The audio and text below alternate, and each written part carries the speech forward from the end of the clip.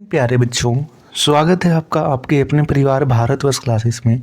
तो प्यारे बच्चों, इस वीडियो में हम कक्षा 9 हिंदी पाठ्य पुस्तक के पाठ 2 लहासा की ओर पाठ के सभी एमसीक्यू क्वेश्चंस को करेंगे। यानी कि इस पाठ से जितने भी एमसीक्यू क्वेश्चंस बनते हैं आपको इस वीडियो में कराया जाएगा। चलिए बच्चे स्टार्ट करते हैं। यदि आप नए हो तो सब्सक्राइब जरूर कीजिएगा, वीडियो को लाइक कर देंगे। पहला प्रश्न पूछा गया है, लहासा की ओर पाठ हिंदी गद्य की कौन सी विधा है? कहानी, संस्मरण, यात्रा वृतांत, निबंध।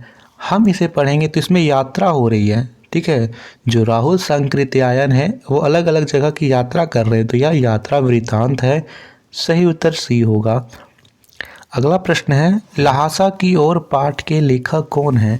प्रेमचंद, राहुल सांकृत्यायन, महादेवी वर्मा, हजारी प्रसाद द्विवेदी। बिल्कुल सही बच्चा, दूसरे का सही उत्तर बी होगा, राहुल सांकृत्यायन जी। प्रश्न संख्या 3 है, राहुल सांकृत्यायन का जन्म कहाँ हुआ? आजमगढ़ के पंदहा गांव में, लहासा में, वाराणसी के लम्ही गांव में, या इनमें से कोई नहीं। सही उत्तर ए होगा, आजमगढ़ के पंदहा गांव में। चौथा प्रश्न, राहुल सांकृत्यायन ने कौन से शास्त्र लिखा?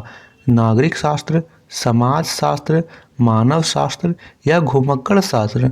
उन्होंने घुमक्कड़ शास्त्र लिखा। सही उत्तर डी होगा।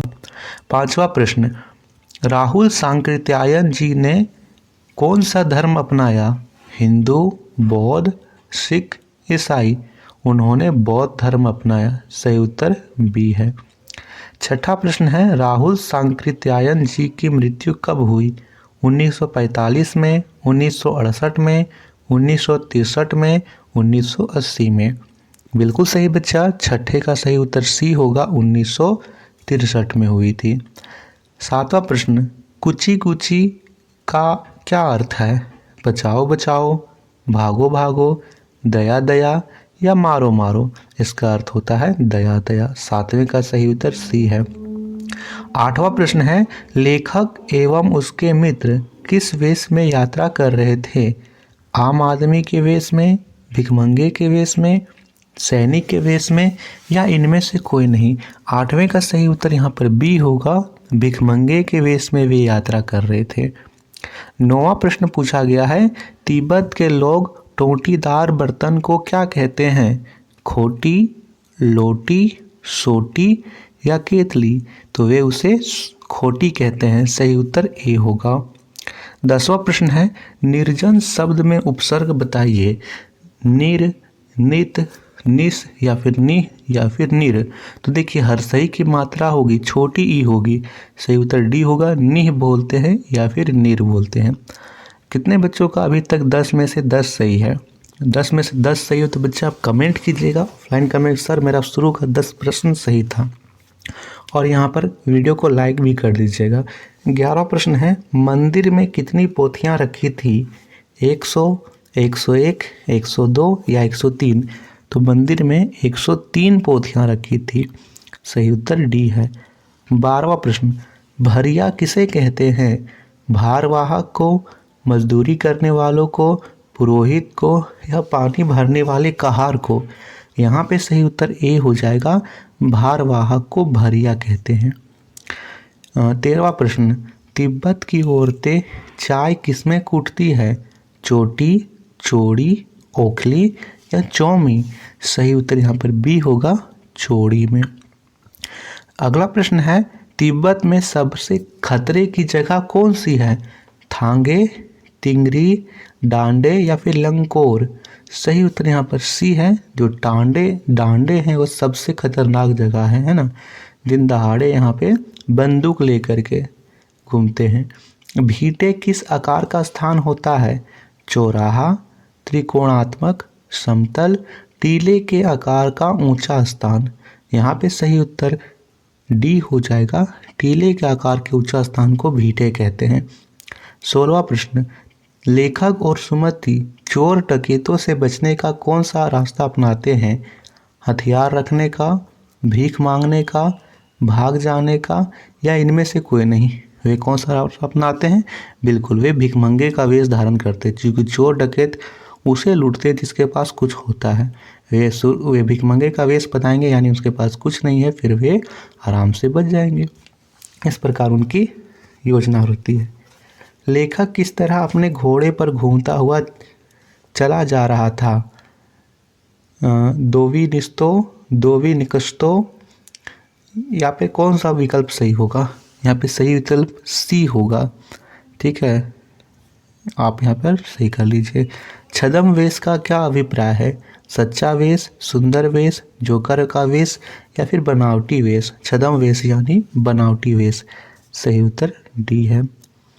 अगला प्रश्न, मंगोलों का मुंह कैसा होता है? लाल, सफ़ेद, काला या सांवला? तो उनका मुंह लाल होता है। सही उत्तर ए होगा। थुक्पा क्या है? एक स्थान, वस्त्र का नाम, एक खाद्य पदार्थ या इनमें से कोई नहीं? 20वें का सही उत्तर सी होगा, एक खाद्य पदार्थ को थुक्पा बोलते हैं। 21वां प्रश्न, लेखक ने सुमति को आदमी मिलने का बहाना बनाकर किस विहार की ओर चलने के लिए कहा? तिंगरी, लंकोर, सेकर या इनमें से कोई नहीं? तो 21वें का सही उत्तर यहाँ पर सी होगा, सेकर।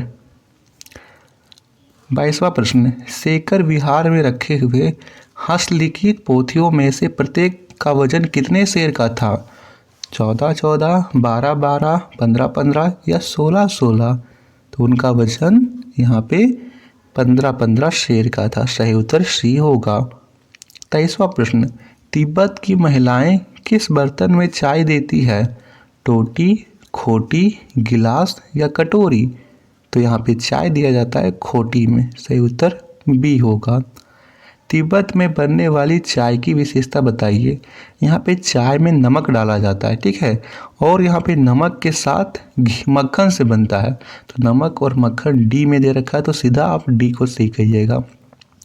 लेखक किस भिक्षु से विदाई लेकर चल पड़ा? नमसे, सुमति, नेमस, इनमें से कोई नहीं? तो वह नमसे से विदाई लेकर चल पड़ा। लेकिन मेरा कसूर नहीं है मित्र, यह कथन किसका है? सुमति का, भिक्षु नमसे का, मंगोलों का, लेखक का? तो ये कथन है लेखक का। सही उत्तर डी होगा। क्या पीकर बहुत कम लोग शाम को होश हवास दुरुस्त रखते हैं? थुक्पा, चाय, छंग या फिर दूध? तो वे छंग पीते हैं, ठीक है। जो छंग है उसे थोड़ा सबको इसमें होश हवास दुरुस्त रखते हैं। लेखक कहाँ जाते हुए रास्ता भटक गया था? लंकोर, तिब्बत, भारत या नेपाल? तो वो लंकोर जाते हुए रास्ता भटक गया था। तिब्बत की ज़मीनों पर किनका आधिपत्य था? मंगोलों का, सरदार का, जागीरदारों का, डकैतों का? 29वें का सही उत्तर यहाँ सी होगा, जागीरदारों का। चलिए, बहुत बढ़िया बच्चा। 30वां प्रश्न, लहासा की ओर पाठ में वर्णित यात्रा लेखक की कौन सी यात्रा थी? दूसरी, पहली, तीसरी या पांचवी? तो यह उनकी पहली यात्रा थी। सही उत्तर ए होगा। लहासा की ओर पाठ में तिंगरी विशाल मैदान किससे घिरा हुआ है? नदी से, जंगलों से, गांव से, पहाड़ों से? तो वो पहाड़ों से घिरा हुआ है। सही उत्तर डी करेंगे। तिंगरी के मैदान की क्या विशेषताएं थी? तो यह पहाड़ों से घिरा हुआ टापू था। अभी ही हमने देखा पहाड़ों से। सही उत्तर ए होगा। चलिए, 33वां प्रश्न, लेखक ने डांडे की चढ़ाई के लिए किसकी सहायता ली? गाड़ी, बस, घोड़े या इनमें से कोई नहीं? तो उसने घोड़े की सहायता ली। सही उत्तर सी होगा। 34वां प्रश्न, उस समय किसी भी भारतीय को कहाँ जाने की मनाही थी? चीन, तिब्बत, नेपाल या श्रीलंका? तो यहाँ पे सही उत्तर बी होगा, तिब्बत। बहुत बढ़िया। 35वां प्रश्न, वह रास्ता प्रमुख रूप से किन लोगों के प्रयोग में आता था? आम लोगों के, व्यापारियों के, सैनिकों और व्यापारियों के, या इनमें से कोई नहीं। बताइए बच्चा 35वें का सही उत्तर क्या होगा? एकदम सही, सैनिकों और व्यापारियों के। सही उत्तर सी करेंगे। 36वां प्रश्न, सुमति कौन था? लहासा की यात्रा में लेखक का साथी, मंगोल भिक्षु, एक पुरोहित, या उपरोक्त सभी। यहाँ पे सही उत्तर डी होगा, वो सभी था। साथी भी था, भिक्षु भी था और एक पुरोहित भी था। 37वां प्रश्न, डांडे तिब्बत में सबसे खतरे की जगह क्यों है? यह मीलों तक कोई गांव नहीं है, यहाँ 16-17 हजार फीट की ऊंचाई पर है, डाकुओं के लिए सबसे सुरक्षित जगह है, या उपयुक्त सभी कथन सत्य हैं। सही उत्तर यहाँ पर बताइए। बिल्कुल सही, डी होगा, ये सभी कथन सत्य हैं। चलिए 38वां प्रश्न, लेखक का घोड़ा कैसे चलने लगा? जल्दी जल्दी, भागकर, धीरे धीरे, या लड़खड़ा कर? 38वें का सही उत्तर सी होगा, धीरे धीरे चलने लगा। 39वां प्रश्न, नेपाल तिब्बत के अलावा भी लहासा जाने का दूसरा मार्ग कौन सा था?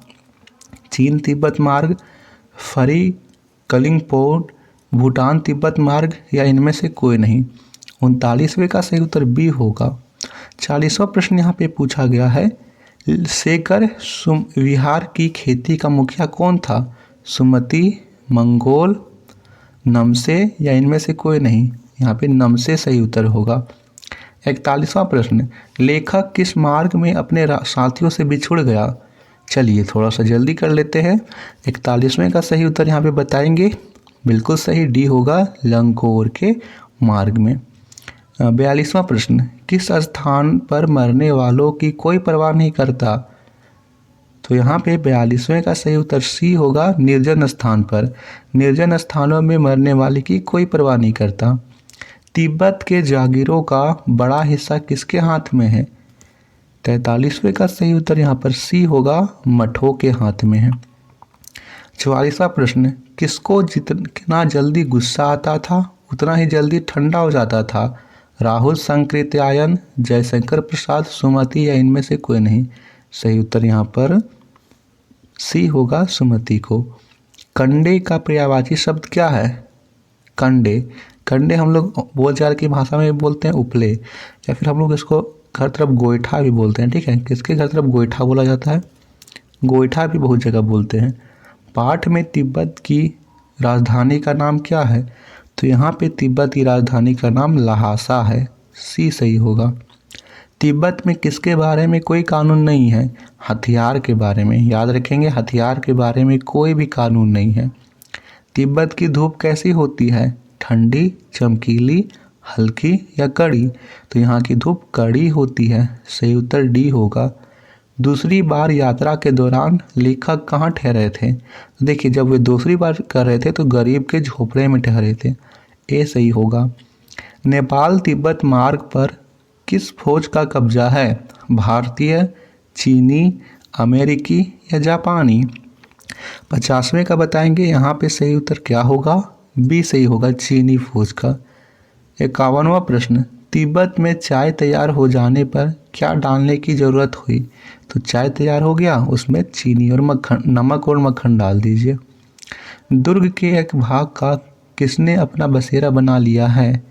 यहाँ पे सही उत्तर डी होगा, किसानों ने। 53वां प्रश्न, इस पाठ में वर्णित लेखक की यात्रा लेखक ने कब की थी? तो उन्होंने इस पाठ में जो है दिया हुआ है 1929 और 30 में की थी। 54वां प्रश्न, राहुल जी द्वारा रचित पुस्तकों की संख्या कितनी है? यहाँ पे लगभग में बताना है, तो आप अनुमान यहाँ पे लिखिएंगे, अनुमान के साथ लगभग में बताएंगे। 100, लगभग 150 है। तिंगरी के विशाल मैदान में दूर तक छोटी सी पहाड़ी मैदान के भीतर दिखाई देती थी। उस पहाड़ी का क्या नाम है? उस पहाड़ी का नाम यहाँ पर है तिंगरी समाधि गिरी। सही उत्तर ए होगा। अगला प्रश्न, उस समय तिब्बत में लोग लाठी की तरह क्या लेकर घूमते थे? तो वे पिस्तौल, बंदूक, है ना, दोनों। सही उत्तर सी होगा, हथियार के लिए क्या कानून नहीं है, तो पिस्तौल और बंदूक लेकर घूमते थे। सुमति ने कितने टोकरी कंडे फूंक डाले? यहाँ पर सही उत्तर होगा 2 टोकरी कंडे। कंडे यानी उपले, उपले यानी गोईठा। सुमति ने कितनी बार चाय को गर्म किया? तो उसने 3 बार गर्म किया। सही उत्तर सी होगा। अगला प्रश्न, किस स्थान पर वह एक अच्छी जगह ठहरे थे? तो वे थोंगला। दंडे तो सबसे भयानक स्थान था थोंगला पे। कंजूर का क्या अर्थ है? बुद्ध वचन अनुवाद, गुरु नानक अनुवाद, कबीर वचन या इनमें से कोई नहीं। तो देखिए सही उत्तर होगा बुद्ध वचन अनुवाद। बौद्ध धर्म से आप यहाँ पर रिलेट करोगे। थोंगला से आप क्या समझते हैं? थोंगला, थोंगला का अर्थ क्या होता है? थोंगला का अर्थ होता है तिब्बत सीमा स्थान। सही उत्तर सी होगा। 62वां प्रश्न है, सत्तू किसे कहते हैं? सत्तू आप खाए भी होगे, ठीक है। हम लोग के यहाँ तो जो चने का पिसा हुआ आटा होता है उसको बोलते हैं सत्तू, ठीक है। लेकिन यहाँ पे भुने हुए अन्न का आटे को भी सत्तू बोलते हैं। गंडा का क्या अर्थ है? मंत्र पढ़कर गांठ लगाया हुआ धागा, मंत्र पढ़कर घाट लगाया हुआ कपड़ा या दोनों। तो यहाँ पर सही उत्तर सी होगा दोनों।